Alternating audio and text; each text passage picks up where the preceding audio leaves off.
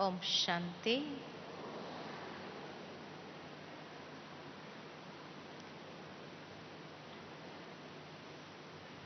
बाबा हम बच्चों की बुद्धि रूपी झोली को हर रोज ज्ञान के अनेक बातों से सजाते रहते हैं, सशक्त करते रहते हैं और समय प्रति समय मधुबन में भी जब ऐसी भट्टियां होती है तो उसमें भी विशेष हम बच्चों को कितनी सारी नई बातें सुनने की, सीखने की प्राप्त हो जाती है। इस तरह संगम युग में बाबा हम बच्चों को विशेष हर ज्ञान की बातों से भरपूर करते हैं और अब समय के हिसाब से बाबा हम बच्चों से क्या रिटर्न चाहते हैं। तो बाबा हम बच्चों से यही चाहते हैं कि मेरा एक एक बच्चा ऐसा तैयार हो जाए जो संसार के सामने परमात्मा की प्रत्यक्षता के निमित्त बन जाए। इतनी सजी सजाई मूरत हो जाए जो दुनिया के लोग भी यही कहे कि हाँ, यही भगवान के बच्चे हैं।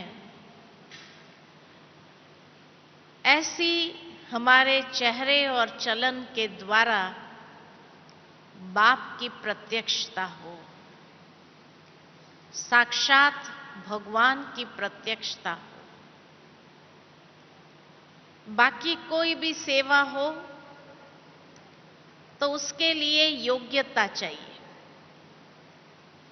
कि भाई किसी के अंदर जो योग्यता होती है उस योग्यता से वो सेवा करने के लिए काबिल होता है। परंतु ये सेवा में चेहरे और चलन के द्वारा सेवा में योग्यता नहीं, पात्रता चाहिए। और संगम युग में ब्राह्मण जीवन का आधार ही है कि बाबा हमारे जीवन को ऐसा पात्र बना देते हैं। तो ये पात्रता भी भगवान का वरदान है। वरदान कैसे है? तो जितना हम बाबा की श्रीमत पर चलते जाते हैं और उस श्रीमत का सिंसियरली पालन करते जाते हैं, उतनी हमारे अंदर ये पात्रता विकसित होती जाती है जो बाबा की इस महत्वपूर्ण सेवा के लिए हम अपने आप को पात्र बना देते हैं। तो इसीलिए कहा कि दूसरी कोई योग्यता हो न हो, लेकिन जिसने ये पात्रता विकसित कर लिया वो भगवान के दिल को भी जीत लेता है, क्योंकि अंतिम समय की यही सेवा है और बाबा की यही आश है कि मेरे बच्चे अपने चेहरे और चलन के द्वारा मुझे प्रत्यक्ष करें। दुनिया के अंदर भी अगर प्रैक्टिकल देखा जाए तो आज संसार में भी लोग इन्हीं दो बातों पर विशेष अटेंशन देते हैं। खास करके जब पर्सनालिटी डेवलपमेंट कोर्स होता है दुनिया में, तो पर्सनालिटी में क्या देखा जाता है? व्यक्तित्व विकास करने के लिए जो प्रयत्नशील रहते हैं दुनिया में, वो भी अपने चेहरे और चलन को ही सजाते हैं, है ना? चेहरे से स्मार्ट दिखने का प्रयास करते हैं और चलन के अंदर क्या होना चाहिए? कॉन्फिडेंस होना चाहिए, निर्भयता होनी चाहिए। तब हम दुनिया के अंदर सफल माने जाते हैं। तो कोई भी व्यक्तित्व विकास का कोर्स होता है, उसमें इन्हीं दो बातों के ऊपर विशेष अटेंशन खिंचवाया जाता है। स्मार्ट दिखने के लिए लोग इतना चेहरे पर लिपापोती करते रहते हैं, स्मार्ट दिखे, लेकिन जितना ज्यादा लिपापोती करते हो उतना क्या दिखता है? और ही भद्दे लगने लगते हैं, है ना? और बाबा ने हमें इससे मुक्त कर दिया तो कितना सुंदर दिखने लगे हम, है ना? तो इसीलिए दुनिया के अंदर भी इन्हीं दो बातों के ऊपर विशेष अटेंशन दिया जाता है। आज प्रैक्टिकल अगर दुनिया में देखें तो चेहरे में लोगों के इतना देह अभिमान आ गया है, अहंकार आ गया है कि उस बात के कारण उनके चेहरे में एक विकृति नजर आती है और उस विकृति के कारण जिसके सामने भी वो जाते हैं, लोगों को उनसे डर लगता है, भय लगता है, क्योंकि चेहरे पर जो विकृति है, चाहे अहंकार है, चाहे क्रोध है, तो कितना विकृत चेहरा हो जाता है कि उस विकृति के कारण लोग सामने जाने से भी डरते हैं कि नहीं, इसके सामने हम नहीं जाएंगे। ये आज दुनिया के लोगों के अंदर देह अभिमान के कारण जो विकृति आई है, डर महसूस कराती है। तो बाबा हम बच्चों को कहते हैं कि तुम दुनिया को सैल्वेज करने वाले हो, सैल्वेशन आर्मी। तो हमारे चेहरे में ऐसा क्या हो कि जिससे खाली बाप की प्रत्यक्षता नहीं, लेकिन साथ साथ हम अनेक आत्माओं के लिए भी प्रेरणा के स्रोत बन जाए, उनको बाबा के तरफ खींच के ले आए और सहज ही उनका योग बाबा से जुड़ जाए और बाबा से वर्षा लेने के अधिकारी आत्मा बन जाए। तो ऐसा क्या होना चाहिए चेहरे पर? हाँ, क्या होना चाहिए? Face is the index of mind, यही कहा जाता है कि हमारी मनस्थिति में क्या चल रहा है वो चेहरा बताता है। मनस्थिति में जो चल रहा है वो दृष्टि में प्रकट होने लगता है। दुनिया वालों की दृष्टि में क्या है? तो अहंकार के कारण उनकी दृष्टि भी कैसी है, उनकी वृत्ति कैसी है, उनकी मनस्थिति कैसी है, उनके बोल चाल व्यवहार कैसा हो गया है।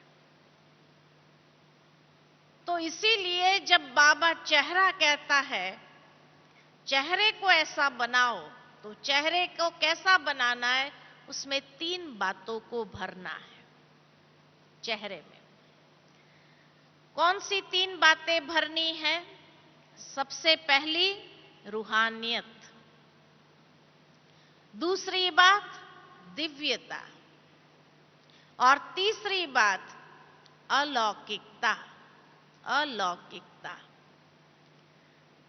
तो रूहानियत, दिव्यता और अलौकिकता हमारे चेहरे के अंदर आनी चाहिए।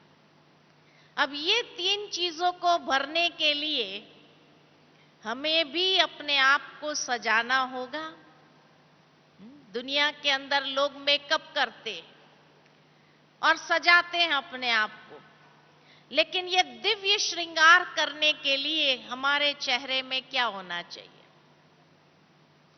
तो सबसे पहले हमें भी अपने चेहरे को जो विकारों की तपत है, उसे शीतल करना है, शांत करना है। उसके लिए स्वयं को अंतर्मुखी बना देना है, अंतर्मुख। इसलिए हमेशा बाबा कहते हैं अंतर्मुखी सदा सुखी, बाह्यमुखी सदा दुखी। पिछले 3 दिनों से मैं सुनती हूं कि आप लोगों को बहनें कितना कहती है कि मौन धारण करो, यहां आए हैं कैसे साइलेंस में चलना है, साइलेंस में रहना है, साइलेंस में खाना खाना है, साइलेंस में उठना बैठना है, जाना है तो भी साइलेंस में जाना है। क्यों कहते हैं? क्योंकि यहां आए ही हैं हम सभी किस लिए? अपने चेहरे को सजाने के लिए। तो अंतर्मुखी सदा सुखी, बाह्यमुखी सदा दुखी। यहां आए हैं अति इंद्रिय सुख का अनुभव करने के लिए, और अति इंद्रिय सुख का अनुभव करने के लिए अगर अंतर्मुखी हम नहीं बने तो सुख का अनुभव कहां से होगा? बाह्यता में जितना आते हैं, कोई ना कोई बात मुख से निकल जाती है, कोई ना कोई शब्द ऐसे निकल जाते हैं जो खुद भी परेशान होते रहते हैं। मुझे ऐसा नहीं बोलना चाहिए था, नहीं कहना चाहिए था, नहीं करना चाहिए था, तो खुद को भी दुखी करते हैं और हमारे मन के संकल्पों के तरंग हमारे आसपास वालों को भी डिस्टर्ब करते हैं। तो जब यहां आए हैं तो कम से कम यहां का पूरा लाभ तो ले लेवे हम। तो अंतर्मुखता। मुझे दादी गुलजार की क्लास की एक बात याद आती है कि दादी ने बहुत सुंदर अंतर्मुखता का डेफिनेशन दिया था कि अंतर्मुखता किसको कहा जाता है। तो कहा कि ये फेस के ऊपर मुख्य इंद्रियां हैं, आंख है, कान है, मुख है, नाक है, और सोचने का दिमाग है। मुख्य रूप की इंद्रियां फेस पर है। जब ये बाह्यता में आ जाती है, बाहर का देखना, बाहर का सुनना, बाहर की बातें करना, बाहर की बातों को सोचना, वो दुख क्रिएट करती है। इसलिए उसको अंतर्मुखी करो, यानी उसको भीतर ले जाओ, अंदर ले जाकर के उसको शांति में स्थित कर दो, साइलेंस पावर से भरने लगो। जितना साइलेंस पावर उसमें भरते जाएंगे तो वो विकारों की जो तपत है वो शीतल होने लगेगी, शांत होने लगेगी। मन शांत, दृष्टि शीतल, मुख के शब्द अनेकों को शांति प्रदान करने वाले, तो हर इंद्रियां जैसे शांत और शीतल होने लगेगी तपत को कम करने के लिए, क्योंकि तभी विकृति खत्म होगी। उसके बाद जैसे ही ये शांत हुआ, उसके बाद उसको पवित्रता की शक्ति से, बाबा के सकाश लेकर के, बाबा से शक्ति लेकर के, पवित्रता की शक्ति से उसको सजाना है, निखारना है। शीतल हो गया। कोई भी मेकअप करते तो पहले फेस को धोना पड़ता है। जब तक फेस को धोएंगे नहीं तब तक मेकअप लगेगा नहीं। तो इसी तरह शांति की शक्ति से हम भी क्या करते हैं? चेहरे को शीतल करके रिफ्रेश करते हैं, रिफ्रेश। और जैसे ही रिफ्रेश हुआ फिर उसके ऊपर क्या करते हैं? दुनिया के अंदर मेकअप करने के समय फाउंडेशन लगाते हैं। फाउंडेशन लगाते हैं ना, तो हमें कौन सा फाउंडेशन लगाना है? पवित्रता का फाउंडेशन ये लगाना है। तो पवित्रता का फाउंडेशन लगाएंगे तो उससे चेहरे में निखार आने लगेगा। निखार आता है ना, और जैसे जैसे निखार आता है, आत्मा जैसे स्वच्छ होने लगती है, निर्मल होने लगती है, तो चेहरे पर वो निर्मलता आने लगती है। हमारी दादियों का चेहरा देखो कितना निर्मल है, प्योर एकदम। तो चेहरे पर से वो प्रकट होता है। उन्होंने कोई मेकअप नहीं लगाया, लेकिन फिर भी वो शाइन उनके चेहरे पर, पवित्रता की चमक, जिसने चेहरे को इतना निर्मल सुंदर बनाया है। तो पवित्रता की शक्ति का फाउंडेशन लगाते हुए अपने चेहरे के अंदर निर्मलता लानी है। उसके बाद क्या करेंगे? उसके बाद ज्ञान की एक एक बातों से सजाना शुरू करना है। ज्ञान की विभिन्न पॉइंट्स मिलती है हमें, लेकिन एक एक पॉइंट्स का प्रयोग करते हुए उसके अनुभवी मूर्त बनना है। उससे क्या होगा? तो हमारे चेहरे पर मैच्योरिटी आएंगी, परिपक्वता आएंगी। तो ज्ञान की एक एक बात से सजाते हुए, ज्ञान की एक एक पॉइंट को सिर्फ बुद्धि तक न रखते हुए उसको प्रैक्टिकल कर्मेंद्रिय से प्रयोग करना है, और प्रयोग में लाते हुए उसका अनुभव करना है। कई पॉइंट्स बाबा की हमें मिली है, लेकिन उन पॉइंट्स का हमें कोई अनुभव नहीं है। आज दुनिया के अंदर भी स्कूल में अगर जाएंगे तो स्कूल में एक होता है थियरी, एक होता है प्रैक्टिकल। साइंस के स्टूडेंट के लिए एक थियरी होती है जो पढ़ाते हैं उनको क्लास में, फिर उनको लेबोरेटरी में जाकर, प्रयोगशाला में जाकर प्रैक्टिकल प्रयोग करना होता है। और मार्क्स किस में ज्यादा मिलते हैं? थियरी में या प्रैक्टिकल में? प्रैक्टिकल में ज्यादा मिलता है। तो इसी तरह हर रोज सुबह जो हम मुरली सुनते हैं, यह थियरी है। जैसे कई बार कई भाई बहनों को यह नशा रहता है कि जब से हम ज्ञान में आए तब से एक दिन भी हमारी मुरली मिस नहीं हुई। बहुत अच्छी बात है, ये बधाई के पात्र है। लेकिन सुबह सुन लिया, पॉइंट नोट कर लिया, उसके बाद डायरी बंद, तो दूसरे दिन खुलेगी, है ना? दिन भर में हमारी प्रैक्टिकल लाइफ में बाबा की मुरली का अगर एक भी पॉइंट हमने प्रयोग नहीं किया तो क्या फायदा, है ना? और मार्क्स ज्यादा मिलना है प्रैक्टिकल में। तो इसीलिए थियरी में बहुत रेगुलर, पंक्चुअल हम रहे, बहुत अच्छी बात है, होना ही चाहिए, क्योंकि थियरी के भी मार्क्स एडिशन तो होते हैं। लेकिन फिर दिन भर में हम अपनी जीवन की प्रयोगशाला में कितना उसका प्रयोग करके देखते हैं। तो एक एक ज्ञान की बातों का प्रैक्टिकल प्रयोग करना माना अनुभवी बनना।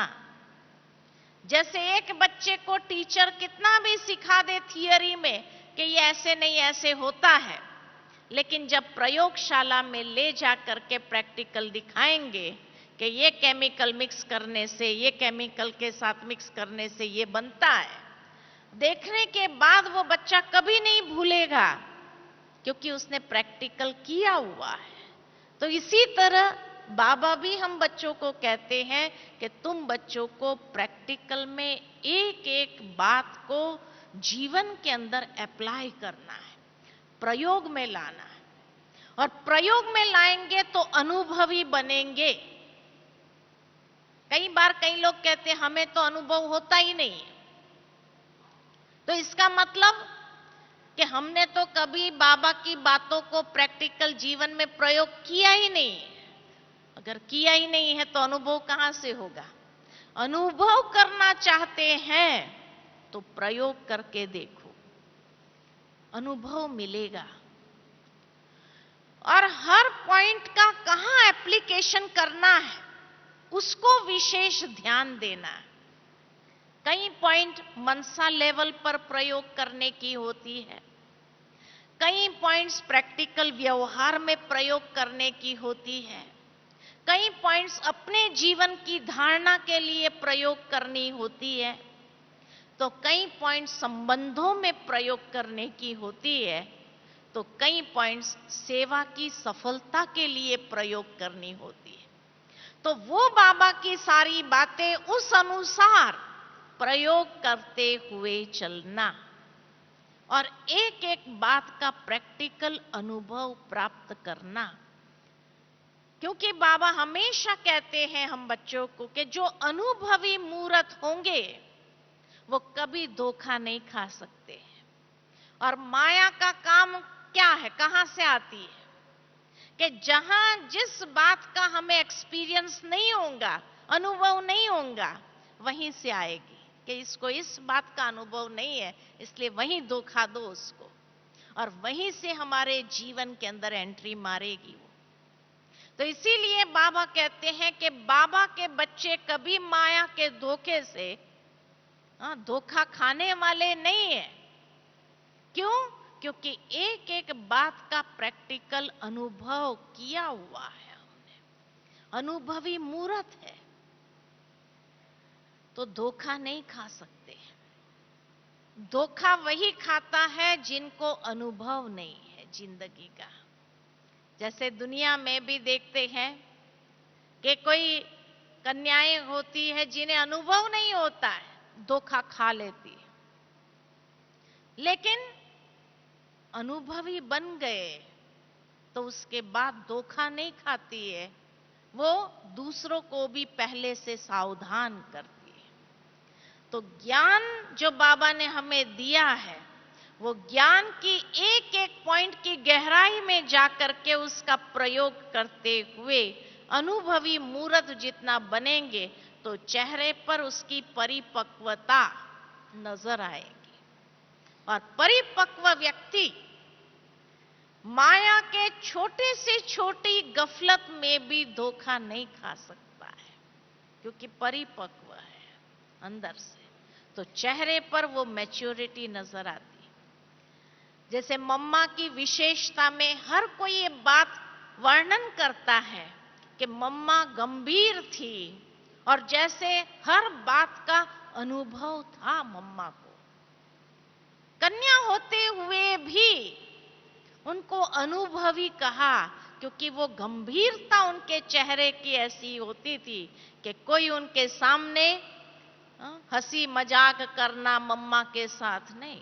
मम्मा को देखते ही जैसे वो भी शांत हो जाते थे, वो भी शीतलता की मूर्ति बन जाते थे, वो भी ज्ञान के गहरे गहरे रहस्य में जाने का प्रयत्न करते थे या मम्मा से सुनना चाहते थे। इतनी मम्मा की मैच्योरिटी की स्टेज थी छोटेपन में ही।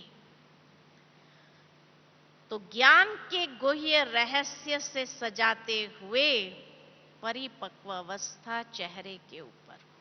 उसके बाद क्या करना है? तो बाबा से योग लगाते हुए योग की शक्ति को अंदर में भरना है और उस परिपक्वता को और पॉलिश करना है। योग युक्त, युक्ति युक्त जो हो जाता है। तो इसीलिए योग की शक्ति को अपने अंदर समाते जाना है। बाबा को याद करते हुए जब बाबा की शक्ति को, सकाश को अंदर समाते जाते अपने स्वरूप में, तो वो योग की जो शक्ति की झलक है चेहरे से जैसे टपकने लगती है।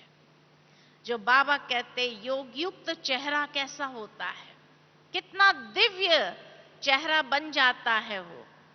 तो दिव्यता को विशेष रूप से लाने के लिए पवित्रता और योग की शक्ति ये हमारे चेहरे को निखारती है। तो योग की शक्ति को अपने अंदर समाते जाना है। आत्मा में जितना समाते जाएंगे तो उसका रंग चेहरे पर टपकने लगता है। और उसके बाद जब इतनी शक्ति अंदर में आ गई, ज्ञान के गुह्य रहस्य की, पवित्रता की, अंतर्मुखता से शांति की और योग की शक्ति, तो आत्मा अंदर से भरपूर हो जाती है। और जो भरपूर आत्मा है उसकी आंख कहीं डूबती नहीं है। जो भरपूर है, तो भरपूरता माना संतुष्टता। तो संतुष्टता का धन जैसे उसके चेहरे की वो रॉयल्टी को निखारती है। कल मुझे बहुत अच्छी बात लगी जब मैं सुन रही थी कि सुषमा बेन आप लोगों से एक्सरसाइज करा रहे थे कि आप क्या बनना चाहते हैं, राजघराने में जाना चाहते हैं, शाहूकार प्रजा में जाना चाहते हैं, या दास दासी बनना चाहते, क्या बनना चाहते? हर एक को लिखने के लिए उन्होंने कहा कि आप अपना फाइनल करो कि मुझे अपनी वर्तमान स्थिति को देखते हुए कहां जाना है। बहुत अच्छा लगा मुझे, और आप सभी ने जरूर कुछ न कुछ लिखा होगा उसमें। मैं समझती हूं यहां दास दासी में तो किसी ने नाम नहीं लिखा होगा, है ना? तो हर कोई शाहूकार प्रजा या रॉयल फैमिली में जाना चाहते हैं। उन्होंने कहा ये बात कि भाई राजा रानी तो कोई कोई बनेंगे, लेकिन रॉयल घराने में तो जा सकते हैं।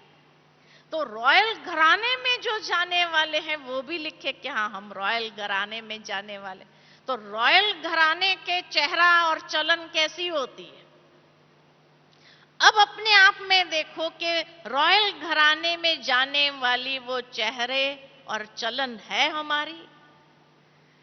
वो चेहरा के संतुष्टता माना भरपूरता की स्थिति, और खाली भरपूरता की बात नहीं है लेकिन रॉयल्टी उसमें, कि उसकी आंखें कहीं डूब नहीं सकती है। उसकी चलन कितनी रॉयल होती है, चेहरे का भाव देखो तो कितना सुंदर होता है। बाबा की 3-4 दिन पहले की मुरली जब मैं सुन रही थी तो बाबा ने कहा कि जो राजा घराने वाले, उसमें भी रॉयल फैमिली के जो बहुत अच्छे रॉयल घराने के लोग होते हैं ना, उसको कोई चीज देना चाहे कोई तो भी इशारा करते थे सेक्रेटरी को दे दो, वो हाथ भी नहीं लगाते थे। थोड़े दिन पहले की ही बाबा की मुरली सुन रही थी तो, है ना, इतनी रॉयल घराना कि वो अपना हाथ भी नहीं लगाते, वो सेक्रेटरी को इशारा करते हैं कि आप ले लो, आप इनको दे दो, ये इशारा करते थे। तो कहने का भावार्थ यही कि चेहरे के अंदर वो रॉयल्टी संतुष्टता से आएगी। तो स्वयं स्वयं से संतुष्ट, हम दूसरों से और दूसरे हमसे संतुष्ट, और ऐसे जो होंगे उनसे ही बाबा भी संतुष्ट। तो जो संतुष्ट होंगे उसके चेहरे पर वो प्रसन्नता छाई हुई होगी। भरपूर जो अंदर है उसके चेहरे पर वो प्रसन्नता की झलक, खुशनुमा चेहरा, क्योंकि उसको अपनी खुशकिस्मती पर बड़ा नाज है। तो खुशकिस्मती, तो हम कितने रॉयल घर में जाने वाले, रॉयल फैमिलीज के मेंबर बनने वाले, रॉयल बाप के बच्चे संगम युग पर भी, तो वो चेहरा हमारा कितना प्रसन्नता से भरपूर होगा। जिसके अंदर अति इंद्रिय सुख, एक तो खुशकिस्मती वाला चेहरा जहां खुशी एक नेचुरल रूप में हो, अति इंद्रिय सुख जिसमें समाया हुआ हो जिस चेहरे के ऊपर, और तीसरा जैसे परमात्मा प्यार में समाये हुए, डूबे हुए, परमात्मा प्यार में नित्य जैसे समाये रहे। तो ये चीजें चेहरे पर चाहिए। और चलन में क्या चाहिए? ये चीजें चेहरे पर चाहिए। अंतर्मुखता जिससे साइलेंस, दूसरा पवित्रता जिससे निर्मलता आए, निर्माणता आए, ज्ञान के गुह्य रहस्य से सजाते हुए ज्ञान युक्त परिपक्व अवस्था, और योग की शक्ति से उसके अंदर सकाश वर्णीय वो चीज समा जाए और संतुष्टता की प्रसन्नता, ये 5 बातें चेहरे पर अगर यहां वो लक्षण होंगे तो वहां भी हम उसी घराने में जाएंगे। बाकी पेपर पर लिख देने से चले जाएंगे ऐसा नहीं होगा। वो चीजें संगम युग के जीवन के अंदर होनी जरूरी है, तब वहां होगा। और चलन में क्या होगा? तो चलन माना चरित्र। किसी के चरित्र के लिए जब बात करते हैं तो क्या कहते हैं?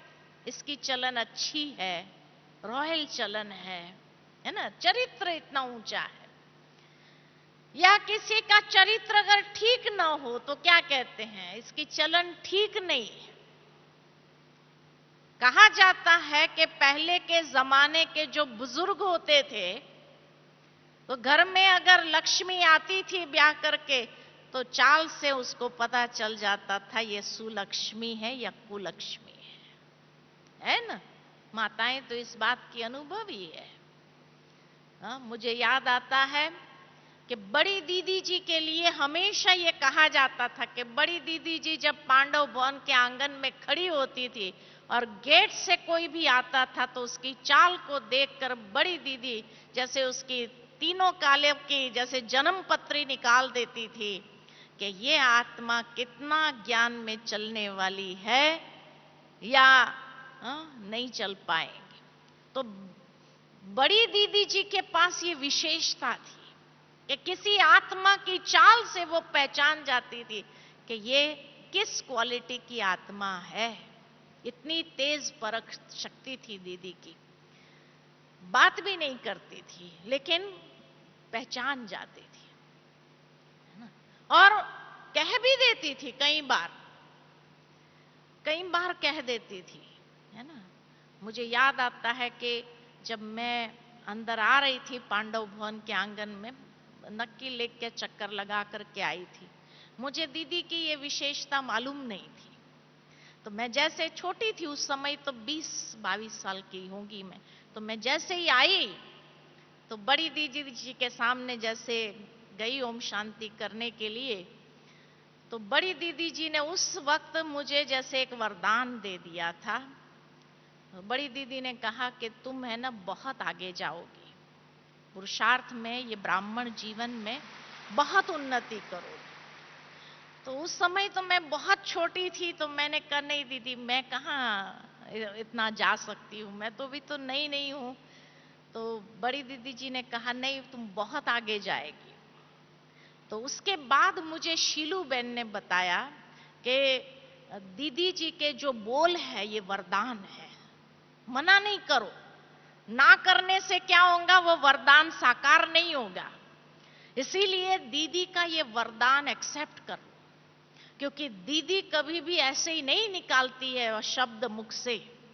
दीदी के एक एक शब्द के अंदर इतनी शक्ति है कि वो तीनों कालों को जैसे देख लेती है और बोलती है। तो कितने सालों पहले की बात, 1980 की ये बात है, लेकिन मैं कभी भूल नहीं पाई उस बात को। हमेशा जैसे अंदर में जैसे बचती रहती है कि बड़ी दीदी ने ये वरदान दिया था। तो कहने का भावार्थ के चलन माना चरित्र, कि उस व्यक्ति के चरित्र से उसका पूरा तीनों कालों को समझ सकते हैं कि उसका चरित्र से चलन से वो चरित्र कैसा है। इसीलिए देवी देवताओं के चलन के लिए भी कहते हैं माना पद्म कमल के चलन भी उनकी इतनी पवित्र श्रेष्ठ। चरित्र के लिए एक एक इंद्रियों के कमल के साथ उसकी भेंट की जाती है। नैन कमल, मुख कमल, हृदय कमल, हस्त कमल, चरण कमल, है ना। तो चलन माना चरित्र। तो अपने चरित्र से हमें पता चलता है कि हमारी चलन के अंदर वो रूहानियत, दिव्यता और अलौकिकता कितनी आई है। ये चलन की बात है ना। दूसरा, चलन के अंदर नशा होता है। जैसे दुनिया के अंदर भी कोई रॉयल घराने के लोग होते हैं तो उनकी चाल में एक नशा होता है। बाबा हमेशा कहते, बच्चे तुम जब चलो ना तो नारायणी नशे वाली चाल हो, नारायणी नशा। तो नशा का आधार क्या है? नशा का आधार क्या है? कल आपने सुनी मनोरमा दीदी के क्लास की बात, याद करो क्या सुनाया मनोरमा दीदी ने। निश्चय, निश्चय बुद्धि विजयंती, चारों प्रकार के निश्चय की बात की मनोरमा दीदी ने। और जब चारों ही प्रकार के निश्चय है, पक्का निश्चय है हमें, तो हमारे चाल में नशा आ जाता है, स्वतः नशे वाली चाल हो जाती है। चलन हमारी ऐसी नशे वाली कि जिसको देख करके कोई कहे दूर से ही, ऐसे चल रहा है जैसे उसको कुछ प्राप्त हो गया है, उसको कुछ मिल गया है। और वो भी हमारे पास दौड़े दौड़े आए पूछने के लिए कि भाई आपको ऐसा क्या मिला है? क्या आपकी चाल बताती है कि आप धरती पर जैसे चल नहीं रहे हैं, उड़ रहे हैं। यह है चलन। तो बाबा भी हमारी चाल के अंदर यही देखना चाहता है कि निश्चय हमारा जितना पक्का होगा। निश्चय की पूरी डेफिनेशन उन्होंने कल पूरे क्लास के अंदर आपको बताई, चारों प्रकार का निश्चय क्या होता है। तो निश्चय जितना हमारा पक्का, चाहे स्वयं में, बाबा में, परिवार में, ड्रामा में, कहीं पर भी कोई संशय की मार्जिन नहीं, तो उसके चाल में वो नशा स्वतः दिखाई देता है। क्योंकि चेहरे पर भाव कौन सा है? निश्चिंतता का भाव। तो नशे वाली चाल है। चिंता होती है तो चाल कैसी होती है? और निश्चिंत जो होता है उसकी चाल कैसी होती है? कोई परवाह नहीं, जैसे उड़ रहा है, खुशी में आगे बढ़ रहा है, ऐसी चाल होती है। और इतना ही नहीं, लेकिन निश्चिंतता का भाव चेहरे पर कैसे आ जाता है? क्योंकि निश्चित भावी को हम जानते हैं कि जो होगा, फ्यूचर में भी जो होगा उसकी भी कोई चिंता नहीं, क्योंकि जो होगा वो अच्छा ही होना है। हमारे साथ कभी बुरा हो ही नहीं सकता है, ये गारंटी है बाबा की। आज दिन तक हमारे साथ कभी कोई बुरा हुआ है? कितनी भी बड़े से बड़ी परिस्थिति या पहाड़ आ जाए, लेकिन बड़े से बड़े परीक्षा रूपी पहाड़ भी आ जाए, उस परीक्षा के बाद क्या महसूस होता है? बाबा की मदद को जो महसूस किया, और ऐसा लगता है जैसे मक्खन से परीक्षा इतनी बड़ी थी लेकिन जैसे मक्खन से बाल निकल गया, ऐसी खुशी होती है कि नहीं होती है? तो इसीलिए जहां निश्चय है, नशा है चाल के अंदर, निश्चिंतता क्या भाव है, क्योंकि निश्चित भावी को भी हम जानते हैं कि जो भावी है हमारी, वो भी बहुत सुखद है। हमारा अकल्याण करने की शक्ति किसी मनुष्य के अंदर नहीं है। ये विश्वास, ये नशा अंदर। किसके बच्चे हैं हम? तो हमारा अकल्याण करने की ताकत कोई मनुष्य की हो सकती है?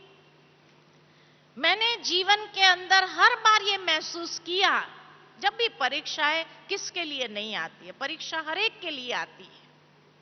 लेकिन जब भी परीक्षा आई, परीक्षा पास करने के बाद हमने यही महसूस किया जैसे माया ने सोचा इसको धक्का मार दो, गिरा दो उसको।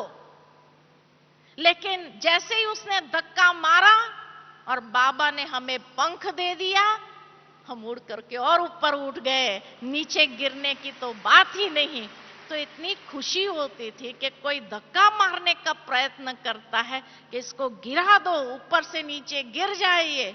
लेकिन उसी वक्त जैसे ही धक्का मारा, हमारे पास कोई आधार नहीं, एक बाबा, और ऐसा महसूस होता है कि बाबा ने उसी वक्त पंख खोल दिए और क्या, नीचे गिरने के बजाय क्या, और ऊपर उड़ गए।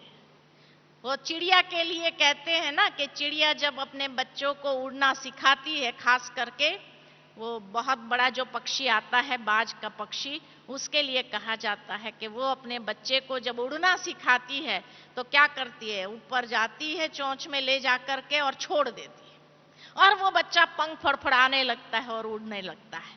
तो ऐसा ही होता है, माया भी क्या करती है, देखते हैं ये आगे बढ़ नहीं रहा है तो क्या करते हैं। इसलिए बाबा कई बार कहते हैं माया जो है ना मेरी सबसे आज्ञाकारी बच्ची है। उसको कहता हूं ये बच्चा आगे बढ़ ही नहीं रहा, अभी तू कहीं कुछ कर, उसको धक्का मार उसको। तो माया भी क्या करती है, ऐसा धक्का मारती है कि गिरा दो इसको, और उसी वक्त हम क्या करते हैं, पंख फड़फड़ा करके और ऊपर उड़ना शुरू करते हैं। तो हर परीक्षा के बाद उड़ने का जो अनुभव हुआ है कितना न्यारा और निराला होता है। तो परीक्षा किसके सामने नहीं आती। इसलिए बाबा कई बार हमें कहते हैं परीक्षा को हमेशा तोहफा समझो कि ये कुछ लेकर के आया है हमें देने के लिए, तोहफा है, तूफान नहीं है ना। तो चाल में क्या हो, चाल में ऐसी निश्चिंतता हो, ऐसा नशा हो कि हमारे साथ कोई कल्याण कर ही नहीं सकता। लेकिन किसके साथ, जिसकी चाल में, चलन में चरित्र संपूर्ण रीति से हो, मर्यादा पुरुषोत्तम वाला चरित्र हो, उसकी चाल में निश्चिंतता होगी। अगर चरित्र में कहीं ना कहीं अगर थोड़ी बहुत कमी होगी तो क्या होगा, वो चाल कैसी हो जाएगी, वो चेहरा कैसा हो जाएगा। इसीलिए बाबा कहते हैं कहीं भी चरित्र के अंदर कोई ऐसी बात न हो कि जिसके कारण आपके चेहरे पर वो गिल्ट, वो रिग्रेट चेहरे पर समा जाए और कहीं न कहीं कुछ न कुछ मन के अंदर व्यर्थ संकल्प, नकारात्मक संकल्प चलना आरंभ हो जाए। इसलिए चाल ऐसी हमारी हो नारायणी नशे वाली एकदम, जो बस चलते हैं तो लोग दूर से ऐसा महसूस कर जैसे इसको कुछ मिल गया है, कुछ मिल गया है, और वो दौड़े दौड़े पूछने आए कि ऐसा क्या मिला है आपको, हम सभी का जीवन में इतना टेंशन है, आप इतना खुशी में कैसे रह सकते हैं। तो खुशियों से भरी चाल हो हमारी, निश्चयवात्मक चाल हो हमारी, इतनी कॉन्फिडेंस वाली। तो दुनिया में लोग खोखला कॉन्फिडेंस दिखाते हैं अपनी चाल के अंदर, लेकिन हमें बाबा भरपूरता से वो चाल चलने के लिए कहते हैं कि जिसको देख करके दुनिया भी कहे हाँ इसके चेहरे और चलन में वो चमक है जो एक नारायणी नशे वाली है ना। तो ये है चलन और चेहरे के माध्यम से बाबा की प्रत्यक्षता करना। अगर कहीं ना कहीं इन बातों की धारणा हमारे जीवन के अंदर नहीं है तो बाबा की प्रत्यक्षता तो बहुत दूर हो जाएंगी। हम अपने आप को भी पूरी रीति से सजा नहीं पाएंगे और तब अफसोस होगा कि वो चिट्ठी में तो मैंने लिखा था भट्ठी में कि मैं रॉयल घराने में जाऊंगी, शाहूकार प्रजा में जाऊंगी, लेकिन ये क्या हो गया मेरे साथ। तो आप सबने जो लिखा है ना कल, तो क्या करेंगे, अब अपने चेहरे और चलन को ऐसा बना दो कि जो लिखत है ना उससे आगे का नंबर आपको मिल जाए, पीछे नहीं जाए, ठीक है ना। तो ऐसी वंडरफुल आपके चेहरे और चलन की स्थिति हो, ऐसी चमक हो, वो चमक खुशियों वाली, क्योंकि जो खुशकिस्मती आपको मिली है वो दुनिया में किसी भी आत्मा के पास नहीं है। ऐसी खुशकिस्मत आत्माएं हो, खुश नसीब आत्माएं हो। तो इसीलिए चेहरे और चलन को ऐसा सुंदर, ज्ञान युक्त, योग युक्त और सर्वश्रेष्ठ गुणों से उसको सजाते चलो, ठीक है। अच्छा, ओम शांति।